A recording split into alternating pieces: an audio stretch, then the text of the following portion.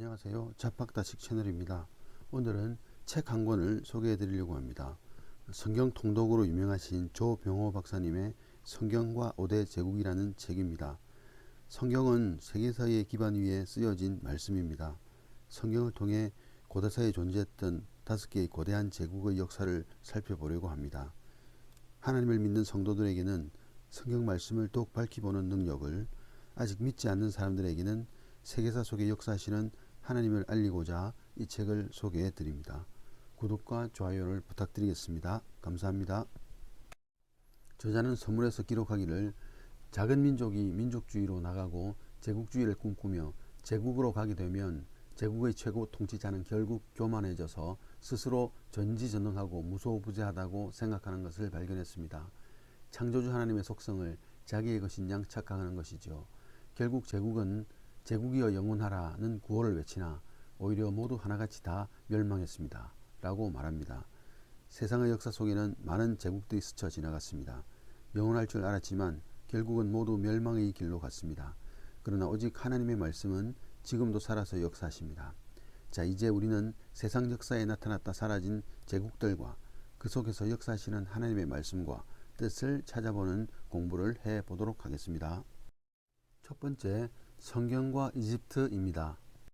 이집트는 대단한 나라였습니다.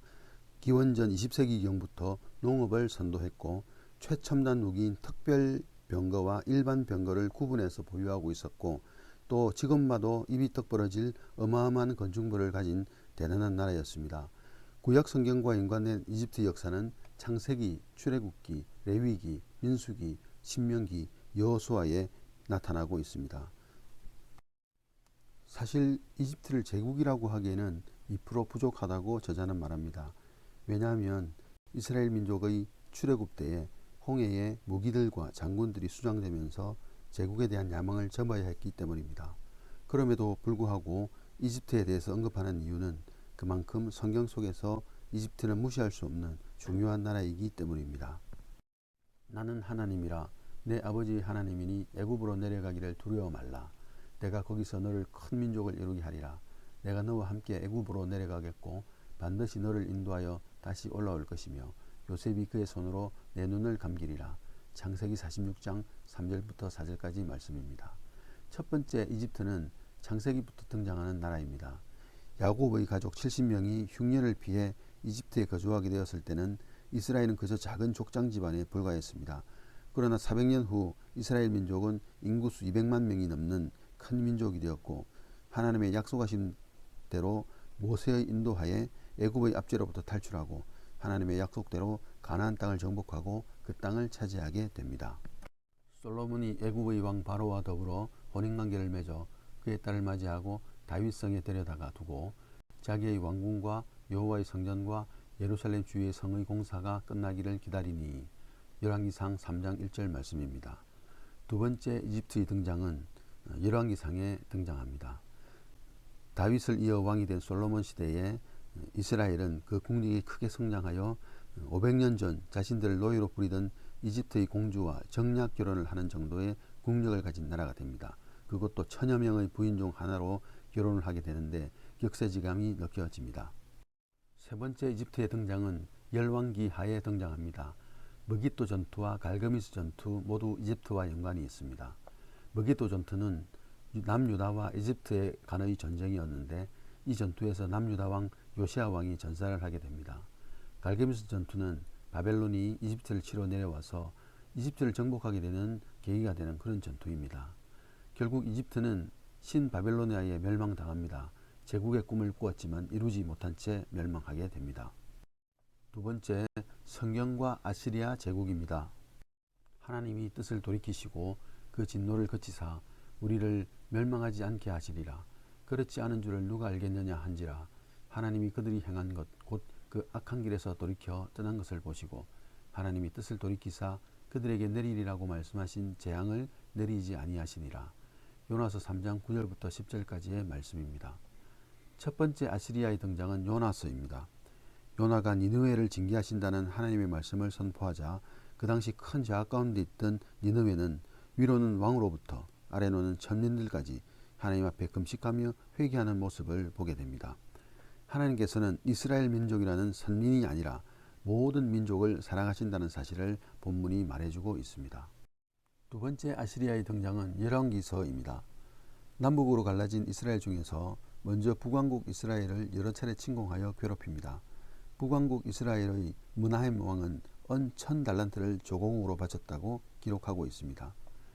18번째 왕이었던 베가 왕 때에는 노골적으로 제국주의를 드러내고 북이스라엘을 점령해가며 백성을 아시리아로 잡아가기 시작합니다. 마침내 북이스라엘의 마지막 왕인 호세아 왕 때에는 아시리아의 살마네셀 왕에 의해서 북이스라엘은 멸망당했고 사람들을 사로잡아 아시리아로 끌고 가서 고산 강가에 있는 할라와 하볼과 메대 사람의 여러 고을에 흩어져 살게 하였습니다. 아시리아는 북왕국 이스라엘뿐만 아니라 남왕국 유다도 침공합니다. 히스기야 왕 때에 아시리아 왕 사네립이 유다의 견고한 성읍들을 침공합니다. 히스기야는 아시리아 왕의 요구하는 은 300달란트와 금 30달란트를 조공으로 바칩니다. 곧이어 히스기야 왕 14년에 사네립이 다시 침공하여 예루살렘을 제외한 모든 지역을 점령하고 랍사게를 통해 히스기야를 협박합니다.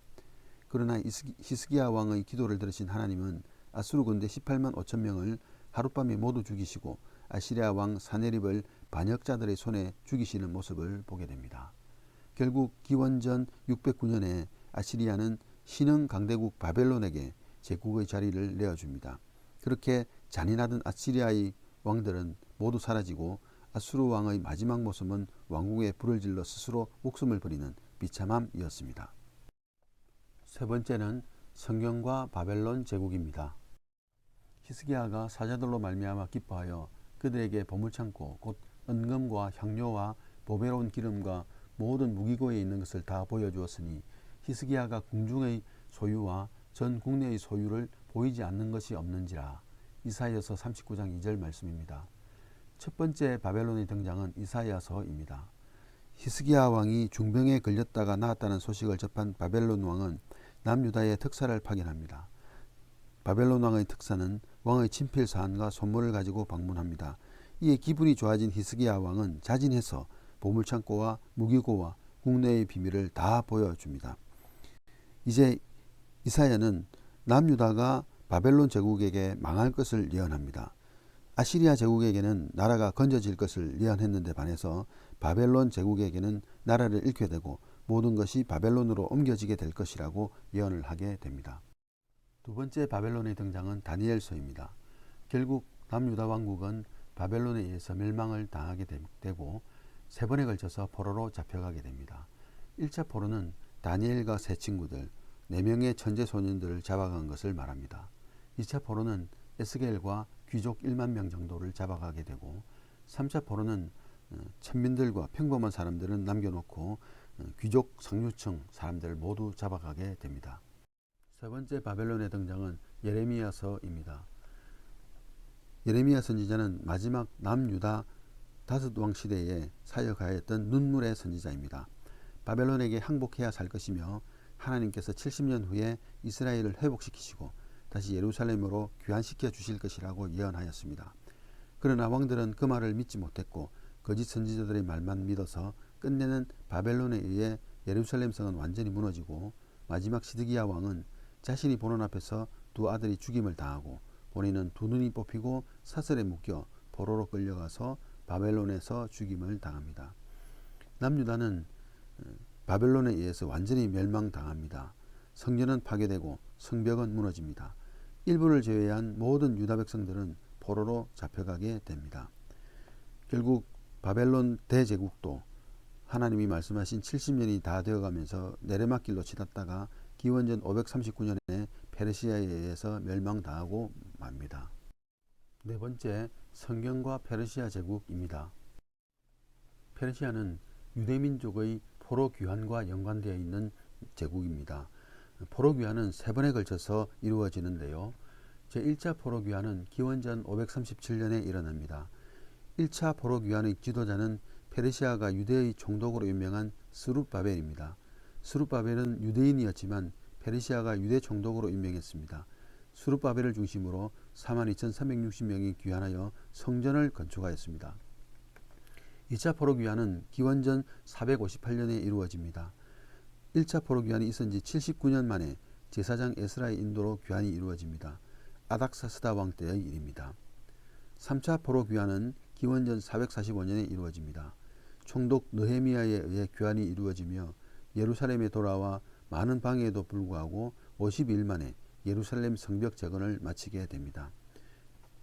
결국 기원전 331년에 페르시아도 알렉산더 대왕, 즉 헬라 제국에 의해서 멸망을 당하게 됩니다.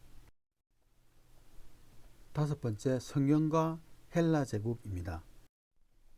털이 많은 수렴소는 곧 헬라 왕이요, 그의 두 눈 사이에 있는 큰 뿔은 곧 그 첫째 왕이요, 이 뿔이 꺾이고 그 대신에 네 뿔이 났은즉 그 나라 가운데에서 내 나라가 일어나되 그의 건세만 못하더라.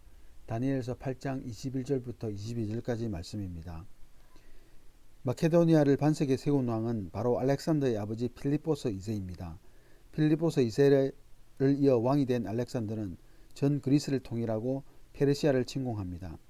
몇 년 만에 알렉산더는 페르시아 전체를 점령하고 동방으로 원정을 계속하여 인도까지 원정을 하지만 인더스 강 유역에서 군인들의 종군 거부로 원정을 중단합니다. 알렉산더는 원전 중에 늘 학자들과 기술자들을 데리고 다녔습니다. 그래서 원정한 지역의 문화와 그리스 문화와의 교류를 시도하고 그리스 문화로 정복민들을 교화시키려 했습니다. 고대 동방의 문화를 오리엔트 문화라고 하는데 알렉산더는 이 오리엔트 문화와 그리스 문화를 합하여 헬라 문화를 만든 것입니다. 원정을 중단하고 돌아오던 알렉산더는 기원전 323년 32살의 젊은 나이에 원인 모를 병으로 요절합니다. 알렉산더의 급작스런 죽음으로 제국은 4명의 장수들에 의해 분할 통치를 하게 됩니다. 4명의 장수들의 분할 통치 지역을 살펴보겠습니다. 먼저 첫 번째 페르가몬 왕조, 소아시아 북쪽 지역을 다스렸고 헬레니즘 문화의 수호자가 됩니다. 아티고누스 왕조, 본국이었던 마케도니아 지역을 다스립니다. 프톨레미 왕조, 이집트와 동아프리카 지역, 페니키아, 에게의 섬 등을 다스리는 지역입니다. 특히 성경과 연관되는 그런 왕조가 되겠습니다. 셀루커스 왕조, 옛 페르시아 제국, 메소포타미아, 인도 서북부를 다스리는 그런 제국이 되었습니다. 이 4개의 제국으로 분열되었다가 결국 로마 제국에 의해서 멸망당하게 됩니다.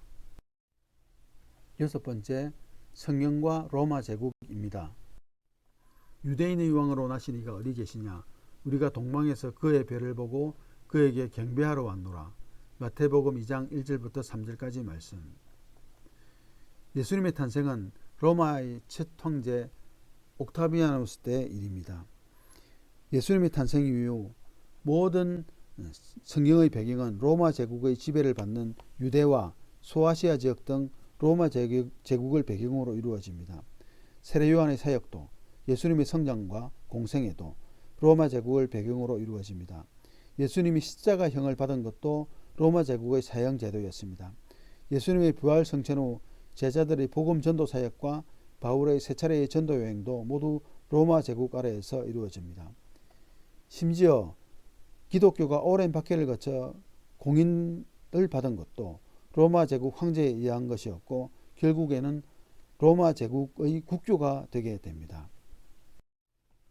로마 제국은 기독교 탄생의 장소였고 부흥의 장소였고 순교의 장소였습니다. 그러나 로마 제국도 제국에 불과했습니다. 기원전 8세기에 시작한 로마는 왕정과 공화정 그리고 제정을 거치면서 제국으로 성장했습니다. 그 후 여러 황제를 거치면서 제국의 규모가 너무 방대해지자 로마는 AD 4세기에 동로마와 서로마로 나누어집니다.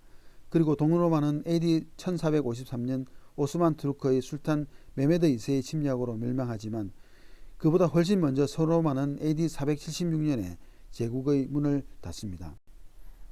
로마 제국의 키워드는 관용이었습니다. 그러나 제국과 관용은 어울리지 않는 그런 용어이지요. 진정한 관용은 십자가의 관용입니다. 다윗이 통치하던 이스라엘은 130만 명의 대군을 보유한 강력한 군사대국이었습니다. 그러나 다윗은 다른 나라를 침략하여 제국을 건설하려는 야망을 가지지 않았습니다. 오로지 다윗은 하나님만을 올바로 섬기고 하나님의 말씀을 전파하고 실천하는 제사장의 나라 이스라엘을 꿈꾸며 살았습니다. 그래서 하나님께서는 많은 허물 가운데 있는 다윗에게 내 마음에 합한 자라고 칭찬하시며 끝까지 다윗 왕가를 지키시고 끝내 예수 그리스도의 육신의 혈통을 다윗을 통하여 이루셨습니다. 이 세상에 존재했던 모든 제국은 다 망했습니다. 오직 예수 그리스도를 통해 하나님께서 주시는 하나님의 나라만이 영원히 우리 앞에 존재할 것을 우리는 믿습니다. 감사합니다.